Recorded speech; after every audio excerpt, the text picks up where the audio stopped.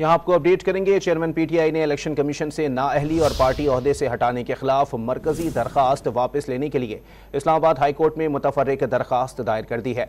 मजीद जानते हैं don news के नुमाइंदे उमर मेहताब बढ़नी से। जी उमर, अपडेट कीजिएगा।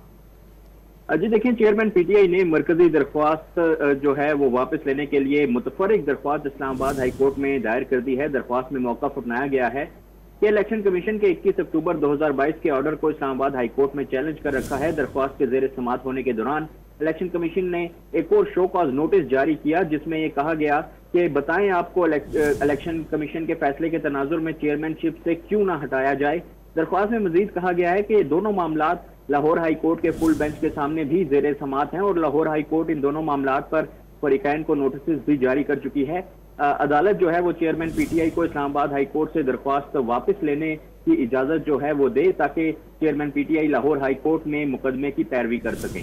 जी बहुत शुक्रिया उमर मेहताब बढ़नी अपडेट करने के लिए।